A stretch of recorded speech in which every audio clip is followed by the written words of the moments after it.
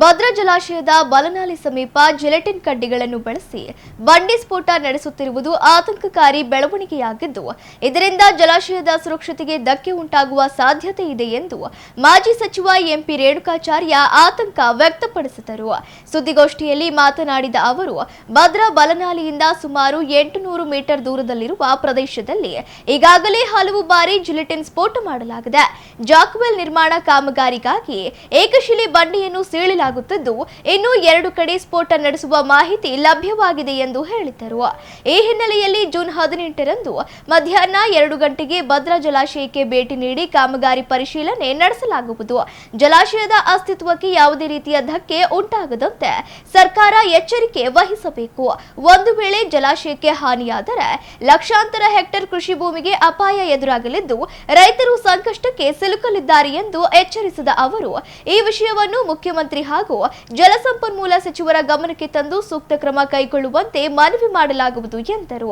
ಇದೇ ವೇಳೆ ಗೃಹ ಸಚಿವ ಪ್ರಿಯಾಂಕ ಖರ್ಗೆ ಅವರ ಇತ್ತೀಚಿನ ಹೇಳಿಕೆಗಳ ವಿರುದ್ಧ ವಾಗ್ದಾಳಿ ನಡೆಸಿದ ರೇಣುಕಾಚಾರ್ಯ, ಆರ್ಎಸ್ಎಸ್ ಕುರಿತು ನೀಡುತ್ತಿರುವ ಹೇಳಿಕೆಗಳು ಅನಗತ್ಯ ವಿವಾದ ಸೃಷ್ಟಿಸುವಂತಿವೆ ಎಂದು ಟೀಕಿಸಿದರು.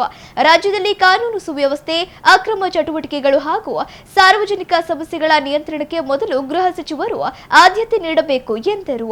ಮುಂದಿನ ಚುನಾವಣೆಯಲ್ಲಿ ಜನರು ಕಾಂಗ್ರೆಸ್ ಸರ್ಕಾರದ ಕಾರ್ಯವೈಖರಿಯನ್ನು ಮೌಲ್ಯಮಾಪನ ಮಾಡಲಿದ್ದು, ಆಡಳಿತ ಪಕ್ಷ ಜನರ ಸಮಸ್ಯೆಗಳ ಕಡೆ ಹೆಚ್ಚಿನ ಗಮನ ಹರಿಸಬೇಕು ಎಂದು ಹೇಳಿದರು.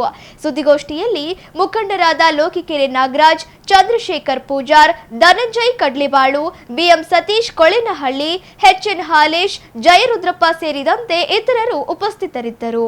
ಕಳೆದ ವರ್ಷ ರೈತ ಒಕ್ಕೂಟದಿಂದ ಭದ್ರಾ ಜಲಾಶಯ ಕೆಳಭಾಗದಲ್ಲಿ ಬಲನಾಲಿಗೆ ಬರ್ತಕ್ಕಂಥ ನೀರನ್ನು ಡೈವರ್ಟ್ ಮಾಡಿ ಕುಡಿಯುವ ನೀರಿಗೆ ನಮ್ಮ ವಿರೋಧ ಇಲ್ಲದ್ರೆ ಆ ಕಡೆ ತೆಗೆದುಕೊಂಡು ಹೋಗೋಕ್ಕೆ ಭಾಳಷ್ಟು ಹೋರಾಟಗಳು ಮಾಡಿದ್ವಿ. ಹತ್ತಾರು ಹೋರಾಟಗಳು. ನಾವು ಕುಂದೂರು ಸಮಾವೇಶದಲ್ಲಿ ಸಂಕಲ್ಪ ಮಾಡಿದ್ವಿ, ಭದ್ರಾ ಡ್ಯಾಮ್ಗೆ ರೈತರ ಹಿತವನ್ನು ಕಾಯ್ತಕ್ಕಂಥ ಅಭದ್ರೆ ಯಾಕೆ ನಾವು ಬಿಡಲ್ಲ ಅಂತೇಳಿ ಸಂಕಲ್ಪ ಮಾಡಿದ್ವಿ. ಕಳೆದ 1 ವಾರದಿಂದ ಆ ಭದ್ರಾ ಜಲಾಶಯ ಆ ಬಲನಾಲೆ ಪಕ್ಕದಲ್ಲಿ ಮುಂಭಾಗದಲ್ಲಿ 800 ಮೀಟರ್ದಲ್ಲಿ ದೂರದಲ್ಲಿ ಅಲ್ಲಿ ಬ್ಲಾಸ್ಟಿಂಗ್ ಮಾಡ್ತಾ ಇದ್ದಾರೆ.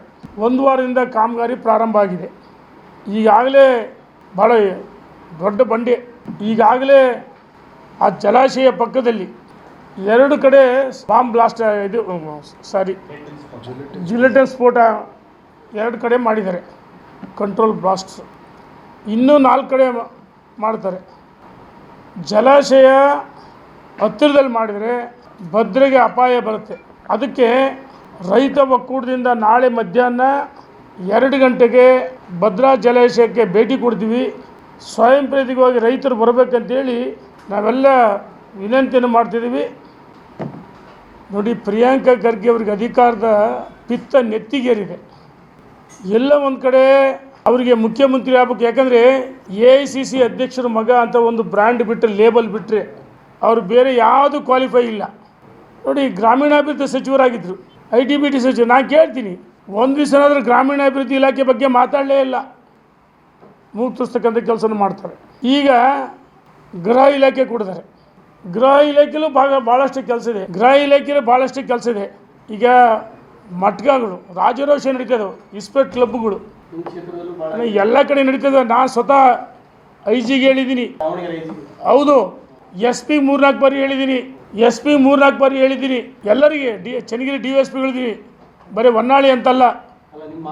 ಕಳೆದ ವರ್ಷ ರೈತ ಒಕ್ಕೂಟದಿಂದ ಭದ್ರಾ ಜಲಾಶಯ ಕೆಳಭಾಗದಲ್ಲಿ ಬಲನಾಲಿಗೆ ಬರ್ತಕ್ಕಂಥ ನೀರನ್ನು ಡೈವರ್ಟ್ ಮಾಡಿ ಕುಡಿಯುವ ನೀರಿಗೆ ನಮ್ಮ ವಿರೋಧ ಇಲ್ಲದ್ರೆ ಆ ಕಡೆ ತೆಗೆದುಕೊಂಡು ಹೋಗೋಕ್ಕೆ ಭಾಳಷ್ಟು ಹೋರಾಟಗಳು ಮಾಡಿದ್ವಿ. ಹತ್ತಾರು ಹೋರಾಟಗಳು.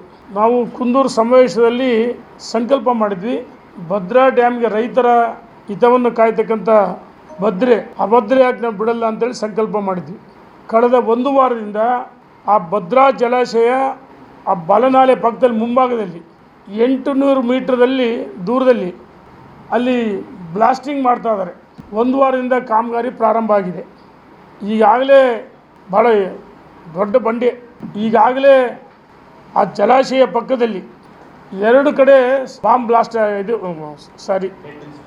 ಜಿಲೆಟಿನ್ ಸ್ಫೋಟ 2 ಕಡೆ ಮಾಡಿದ್ದಾರೆ, ಕಂಟ್ರೋಲ್ ಬ್ಲಾಸ್ಟ್. ಇನ್ನೂ 4 ಕಡೆ ಮಾಡ್ತಾರೆ. ಜಲಾಶಯ ಹತ್ತಿರದಲ್ಲಿ ಮಾಡಿದರೆ ಭದ್ರೆಗೆ ಅಪಾಯ ಬರುತ್ತೆ. ಅದಕ್ಕೆ ರೈತ ಒಕ್ಕೂಟದಿಂದ ನಾಳೆ ಮಧ್ಯಾಹ್ನ 2 ಗಂಟೆಗೆ ಭದ್ರಾ ಜಲಾಶಯಕ್ಕೆ ಭೇಟಿ ಕೊಡ್ತೀವಿ. ಸ್ವಯಂ ಪ್ರೇರಿತವಾಗಿ ರೈತರು ಬರಬೇಕಂತೇಳಿ ನಾವೆಲ್ಲ ವಿನಂತಿಯನ್ನು ಮಾಡ್ತಿದ್ದೀವಿ. ನೋಡಿ, ಪ್ರಿಯಾಂಕಾ ಖರ್ಗೆ ಅವ್ರಿಗೆ ಅಧಿಕಾರದ ಪಿತ್ತ ನೆತ್ತಿಗೇರಿದೆ.